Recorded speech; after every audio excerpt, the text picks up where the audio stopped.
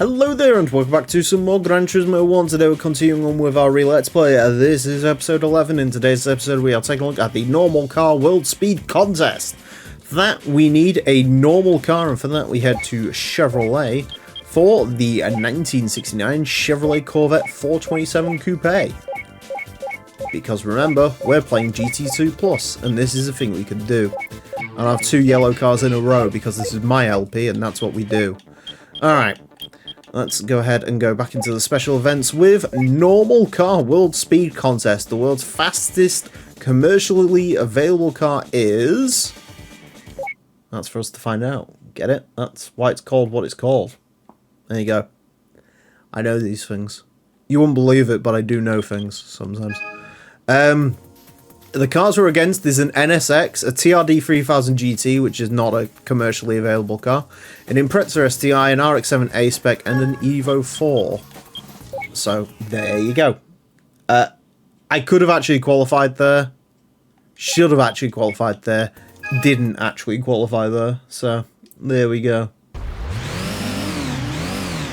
Anyways, here we are. Autumn Ring Mini, the greatest track to have this battle of power at. Oh yeah, polyphony. I have heard polyphony before.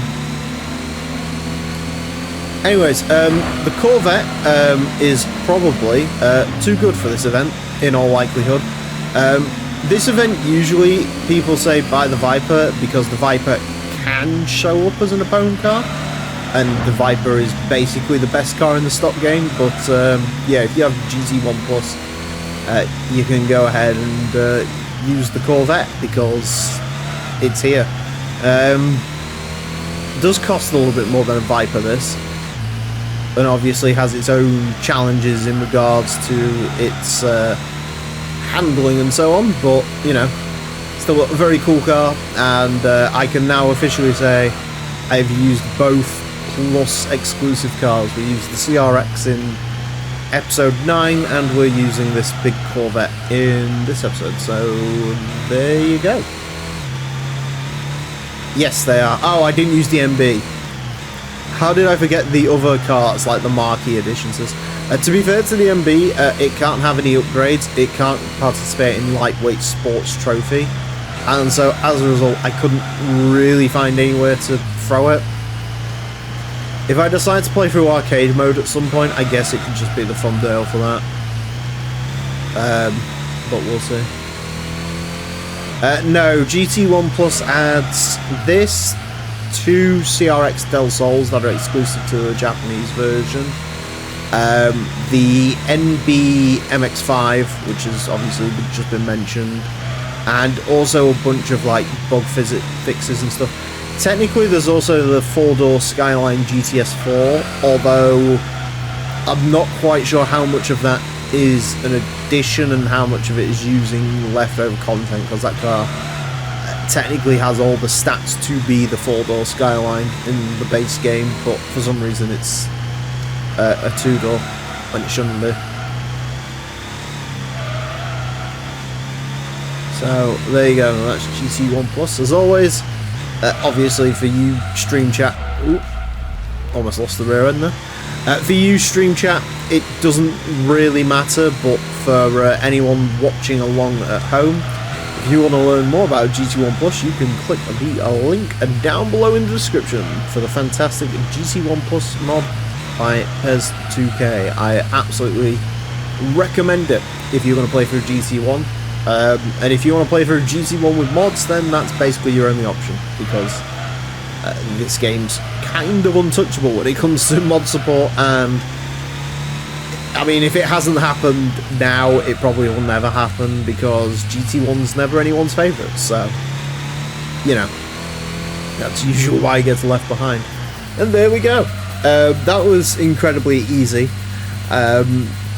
I remember with the Viper, it's actually a bit more of a fight, so either I'm a lot better at the game than I used to be, or the Corvette is just quicker than the Viper. I think it might actually be quicker in the straight line, I'm not sure, around the corners. And yes, this event pays out 50,000 per race. That's a real statistic, that it really does. And so for that reason, if we ever need to grind, this will be our grinding race. For obvious reasons. Unless there's like 100 grand in the Mega Speed Cup that I've forgotten about, but I'm almost certain there isn't.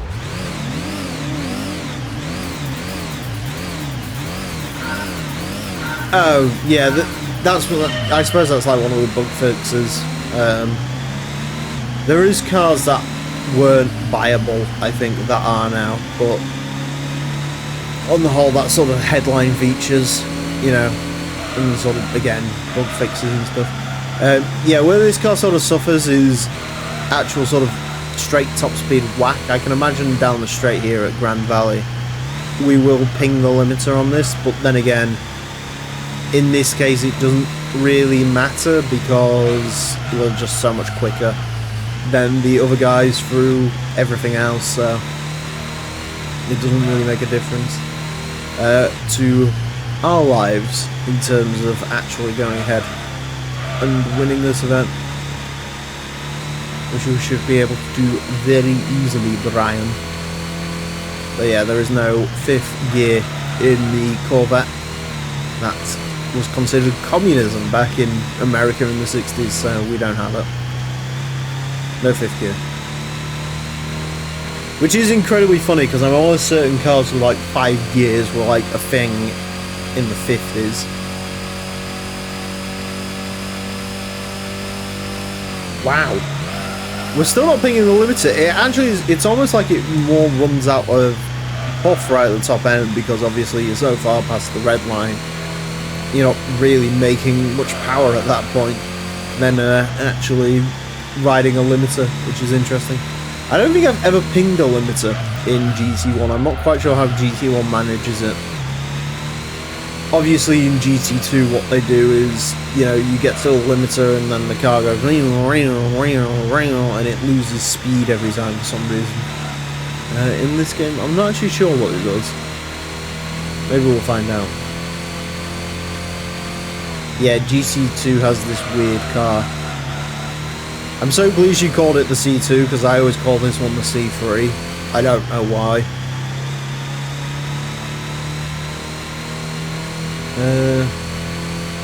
Yeah, it has the different race mod for the TVR Griffith, which I think we're actually probably going to see at some point.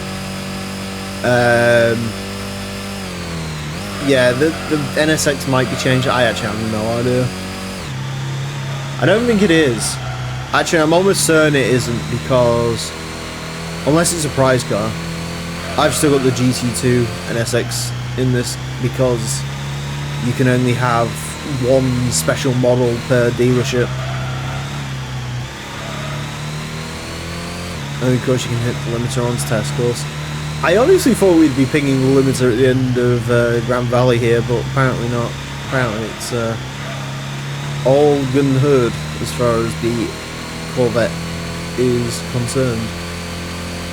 Which is good. That's what we like it to be, good in the hood, you know. I'm assuming I have to do special save route 11 in this. Gotta assume that's a thing, right? Unless it's high, I don't know.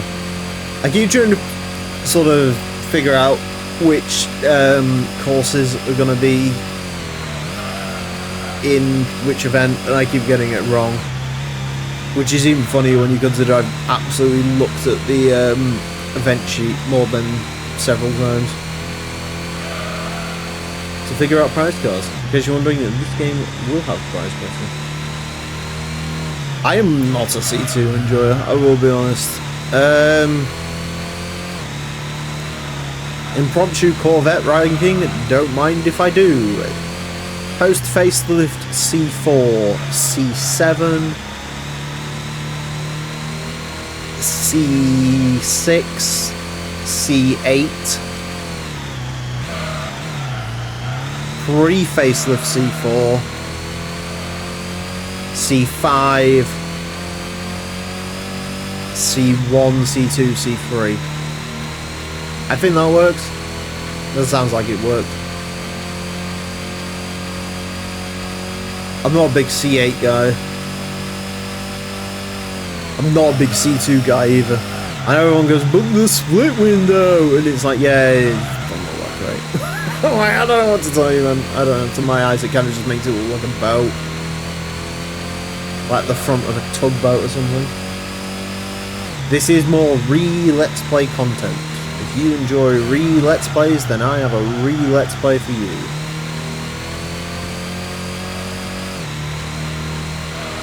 Of course, the disadvantage of streaming it now is this is kind of spoilers, because you'll probably remember what happens in these. I mean, they're saying this like you need spoilers for an LP. I win every event, so what do you expect?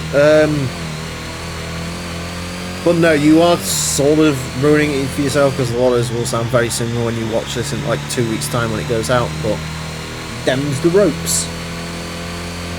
That's what happens sometimes. I remember when we used to record Forza like 4 or 5 months in advance. That was always good fun. I mean, it was good fun for me because I had like a massive buffer of when I would actually have to upload this. And yeah, again, you sort of wouldn't remember what was said and what wasn't said. Which I know led to some very interesting revelations for certain people. Clubman stage route of 5. I can deal with this. This is all the short tracks. Keep giving me the short tracks in the game. I will absolutely take those. We might ping the limiter here. Imagine. I think this is a short straight then. It's got to be a short straight then. Whatchamacall, surely. I also have no idea when to change gear in this. I'm sort of aiming for 6,000 RPM, because I'm assuming that's sort of peak power is well past that point, or well before that point. But I don't really know. I just realised this is a 67 Corvette. Yeah, it's a 67 Corvette, bro. We balling in that slightly hideous yellow Corvette. Oh yeah, it's got pop-ups, I forgot about that. Yeah, you got a ball in the C2 with one side mirror. I do find it funny, like, out of every car, this was the first muscle car they really added to Gran Turismo. Classic muscle car. I don't know if this was like... I'm assuming the NB's in this game because, like, they were in contact with Mazda or something, or Mazda was like, hey, you should feature this. I didn't have time to make it work in career mode, so I went in arcade mode. Yes, it is a hideous yellow colour, that's why I chose it. I don't understand that, and I'm not going to humour it. But no, I'm guessing the MB was like one of those like, oh yeah, quick, throw it in the game. And this, I genuinely have no idea how this ended up in GC1. I guess they wanted to practice for if they were ever going to do Gran Turismo 2, they could practice sticking classic muscle car in it, or Kaz had a fascination with this car. That's probably more likely to be a thing. Also, I love the I love, if you look at the rear end, I'm sorry to do this to you, you might realise one side is higher than the other side. In true classic Corvette fashion, it actually looks like the two sides of the car are not actually one and the same.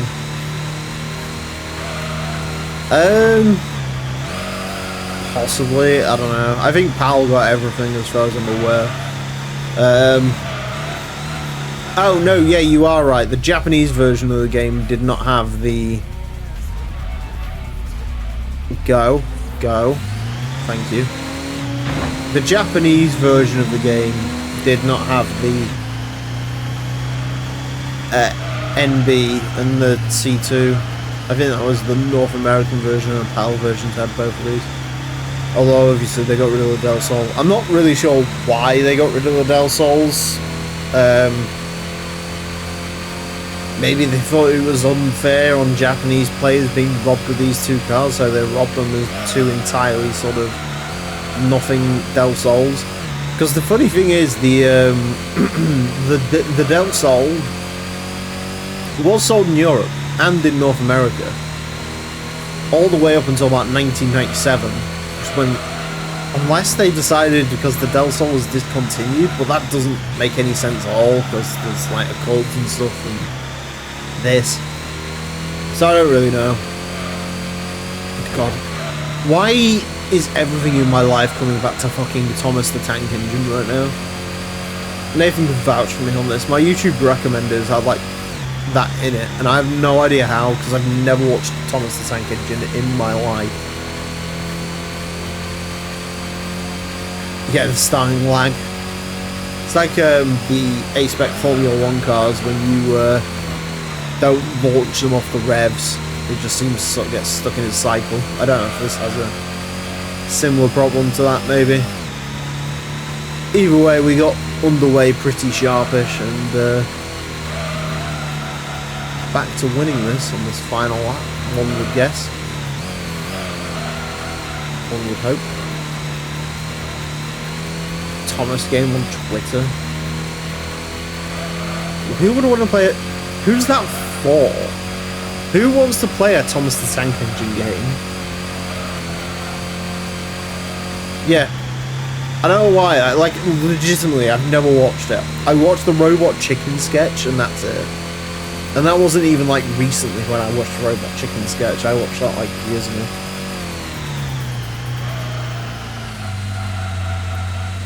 Dad had a Del Sol. Awful. I've always liked them. I can imagine they leak. Leaking's quite a common Honda issue, and T-top probably means leaks. Leak top.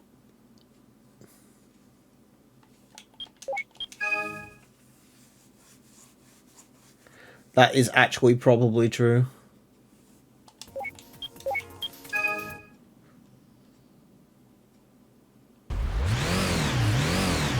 It's a geography. Yeah, exactly. Who wants, like, is it for dads who have train stations? Like, what? Or, like, dads who have train sets in, like, their basements? Like, who is a Thomas the Tank Engine game for? Kids don't care. Thomas is not on TikTok. And if Thomas was on TikTok, they'd hate him because he murdered a cow. Yeah, I can imagine the Prelude was better.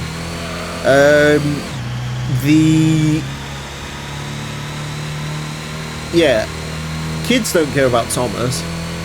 I'm like almost 30 and I can assure you I don't care about Thomas and none of my friends cared about Thomas. I mean, I was considered a bit weird for watching Thunderbirds, you know. So it's definitely not for like my demographic.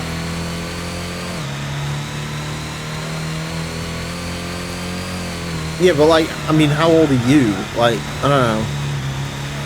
Are kids still into Thomas the Tank Engine? I know they had a few, like, reboots with various bits and pieces. Is Thomas the Tank Engine a meme? Is that the issue? I don't even remember. Yeah. Oh. Yeah, the other Thomas the Tank Engine thing I've watched is obviously the Biggie Smalls route, but then again, everyone who's like almost 30 remembers the Biggie Smalls Thomas the Tank Engine route.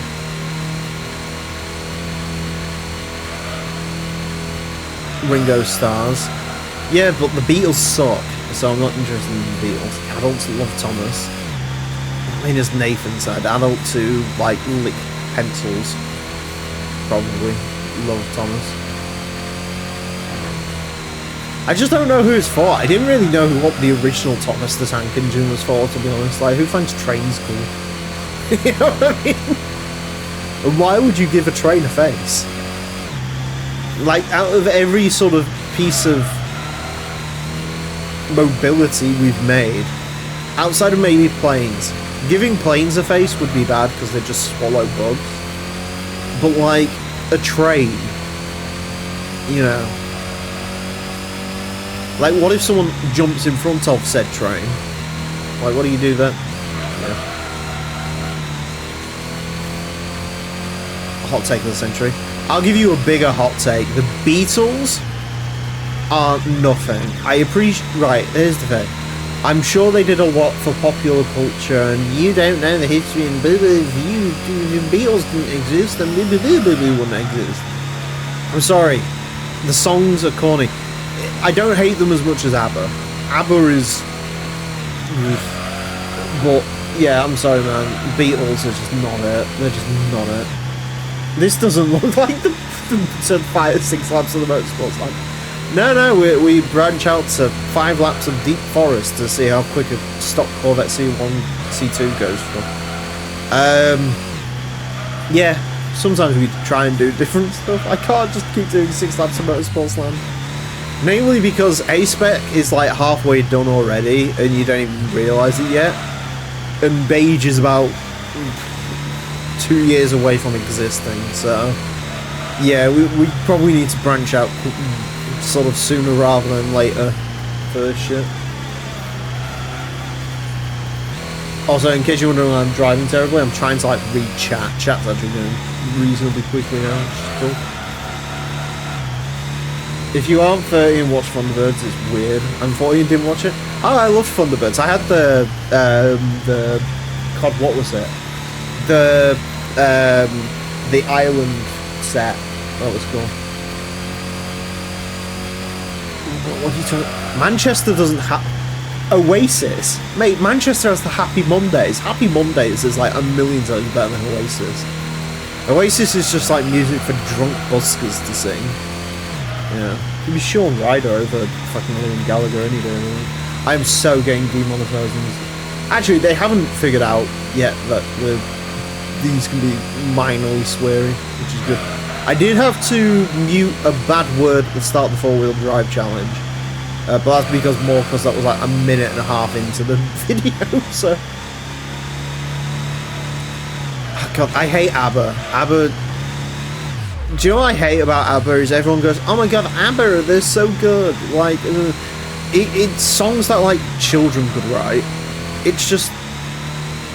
ABBA never walked into the studio and said, "Guys, I have a great idea for a song." They just walked into a studio and said, "What did you see on the way to work?" "Oh, I saw a man."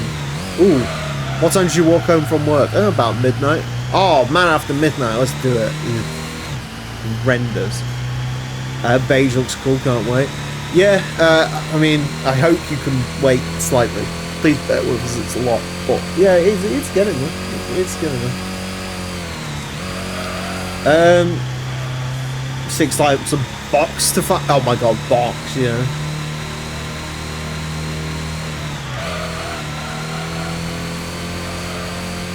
Yes, Happy Mondays is like, I don't know. People remember Sean and Bez, let's put it that way. I mean, Oasis, I'm gonna like drop a hot truth for you right now. If Oasis didn't like have members that like obviously had the careers they did afterwards, no one would care. You know what I mean? Like, to be brutally honest, would the Beatles have been as big as they have been like afterwards if John Lennon wasn't shot? They'd have probably gone back together. But like, let's be honest, that probably would have happened, so. No, Oasis is just... Oof. Also, Manchester has the Stone Roses as well. Manchester has a lot. Manchester's responsible for a lot of music. Ironically enough, the west of England is better than the east in one crucial way. They do have better music, because if you come our way, you get Sheffield and you get the Arctic Monkeys. Oof. Oasis is average. I mean, Oasis had some good songs. I like some Oasis. For me personally, I feel like Oasis is a bit like Queen, where you hear it so much by not intentionally hearing it that I would never really have Oasis in a playlist. You know what I mean? You know, I'd never put like Look Back in Anger or Champagne Supernova or anything like that in a playlist, because you just hear it so often by not listening to it. It's like how, you know, you'll hear Don't Stop Me Now and Bohemian Rhapsody by like sheer coincidence, you know. I've heard it so many times in my life. Yes, here is Special Stage Round 1, which is what we're going to take the thumbnail for. Oh god, I can't stand the Arctic Monkeys. I can't stand anything from Sheffield though. Arctic Monkeys, Bring Me the Horizon. I won't say what I feel about the Sheffield accent in case there's any Sheffieldians watching and it turns out half of my UK audience is from Sheffield. But let's just say I am not a fan of your place.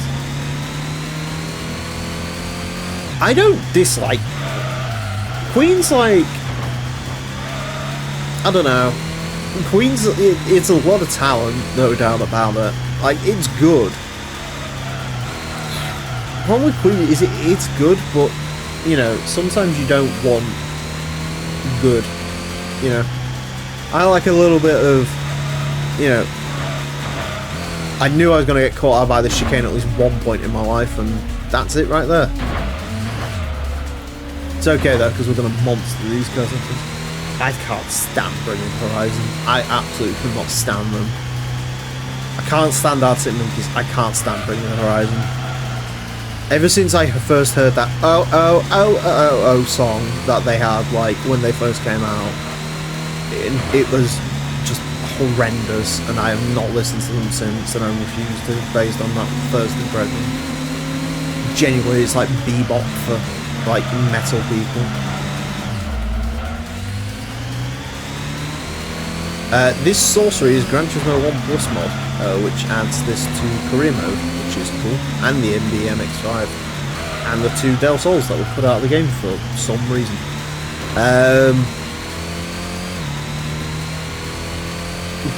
South, my side of the country, yeah. Like I say,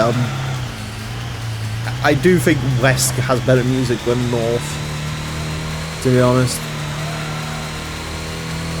But I mean, a lot of it's sort of London based anyway. Or eventually it gets that point, even if it's not original. I mean, Wales has Skin Dread, so, and Feeder, actually. So even they have better music than we do. Wales really does not have an advantage over the rest of the country in any other way.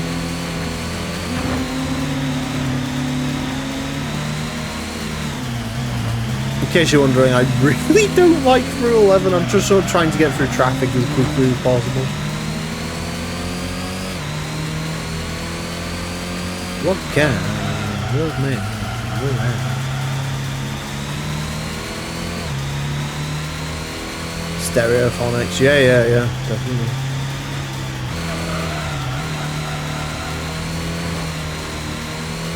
No, I like it, Stereophonics. They're from Hull. You're from Hull.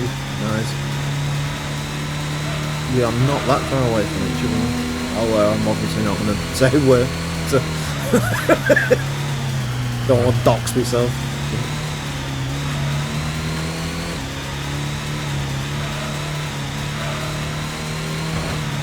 Oh, yeah, I forgot about the Lost Profits thing. The Lost Profits thing does kind of rank Wales, like, downwards slightly. So, yeah, I mean, he's dead now, so I suppose that's a benefit to humankind, but... Yeah. No, Wales had quite a lot of good stuff, really. Bonnie Tyler, you know.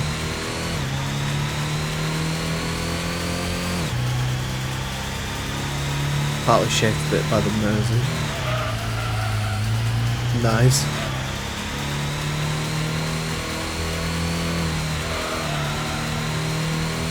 If I just attracted a bunch of Northerners into our chat, is this the is this what happened? I thought I was just full of Americans at this point, to be honest. I think my biggest demographic by far is America. I'm assuming because GT2 modding and because obsessive country. Brazil is usually my second. It used to be like a straight US, UK, no problem. Now I think it is like Brazil. If you looked into my lifetime demographics, it's probably like Brazil third. Red Rose, nice. You're a Northerner too, let's go. first KFC.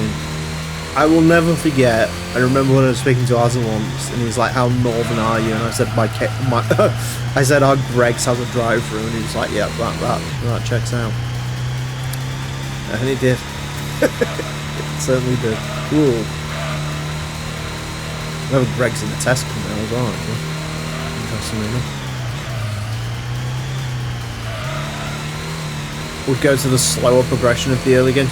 I wish Gran Turismo in general would just go back to these early games and sod off all this sport mode crap, but here we are. Yeah, I mean, a lot of people have. That's sort of the funny thing. I see a lot of names like still around where it's like, oh my god, I remember you from like 7-8 years ago. It is pretty nuts, you know. And it is funny because the channel's like grown massively in the last sort of, compared to where we were sort of 7-8 years ago. You know, I think I made like the 1,000 subscriber special in like 2018. You know, and there were like 4 times that size, and I'm still seeing like names, which is, I mean, in my case, I like that a lot because it means I haven't like completely lost the plot and sold out, and I'm keeping people engaged, which is cool. But yeah, I'm not a fan of the esports stuff. Live by the worst rated Burger King, let's go.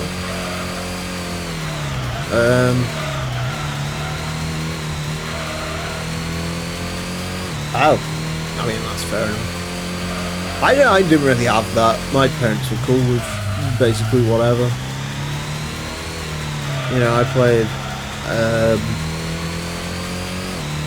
I played racing games when I was young, when I was sort of pre-teens, post-teen. It was a lot of Grand Theft Auto, and then from about 13 to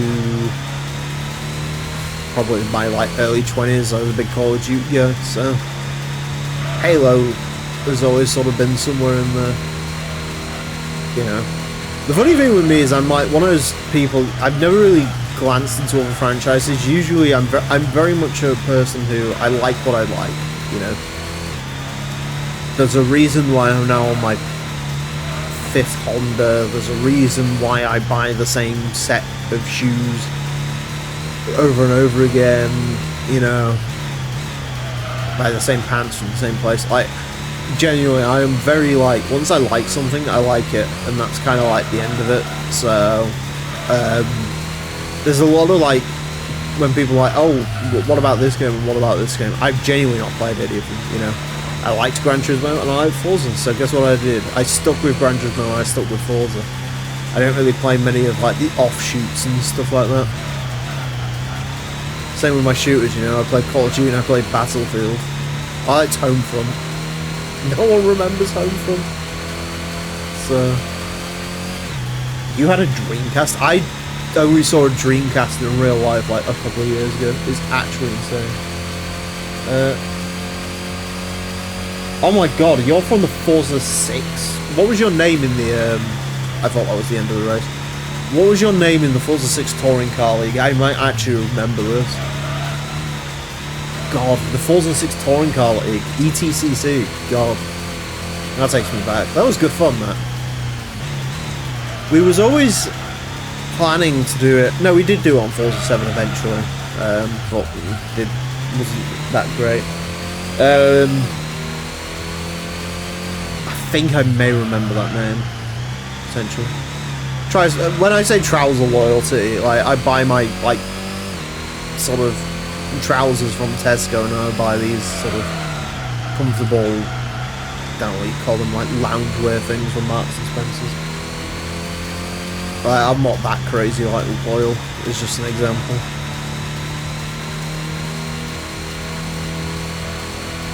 Jesus, that was years ago. I was probably in that as well. I think I strangely remember your name as well, actually. You very well could have done. Yeah, we did it on Forza 7. It was always meant to come back again, because I was never really satisfied with how that Season 2 went. but yeah, it just never really worked out. And then I usually have like a burst of like, do you know what would be cool? Doing this again on the new Forza, and then the new Forza died, so that kind of ended that. It's just sort of a nightmare to put these things together. Like, they're enjoyable in the moment, but I'm not really, you know.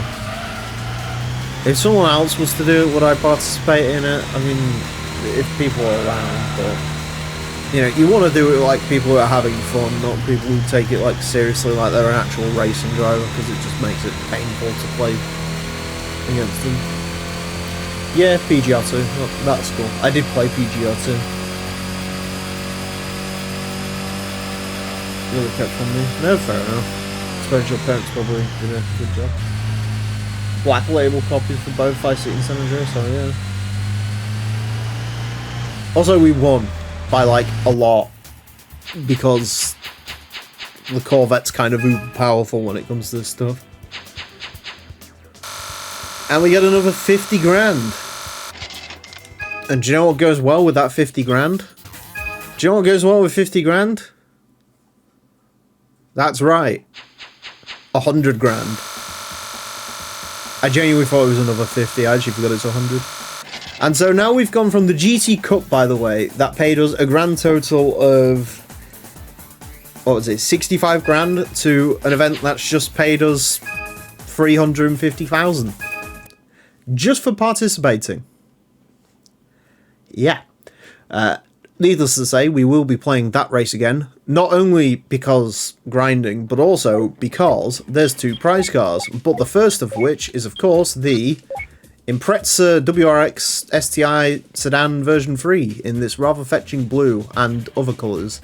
And the other car you can get from this event is the Toyota Supra RZ in this rather fetching shade of teal, which I believe I actually used for the Hot Lap Classic when this car ran around when it did. So that's cool. Anyways, that's it for this episode. Thank you all very much for watching. Join us next time. We're going to be taking a look at the hard-tuned car speed contest. Join us for that. Until then, farewell.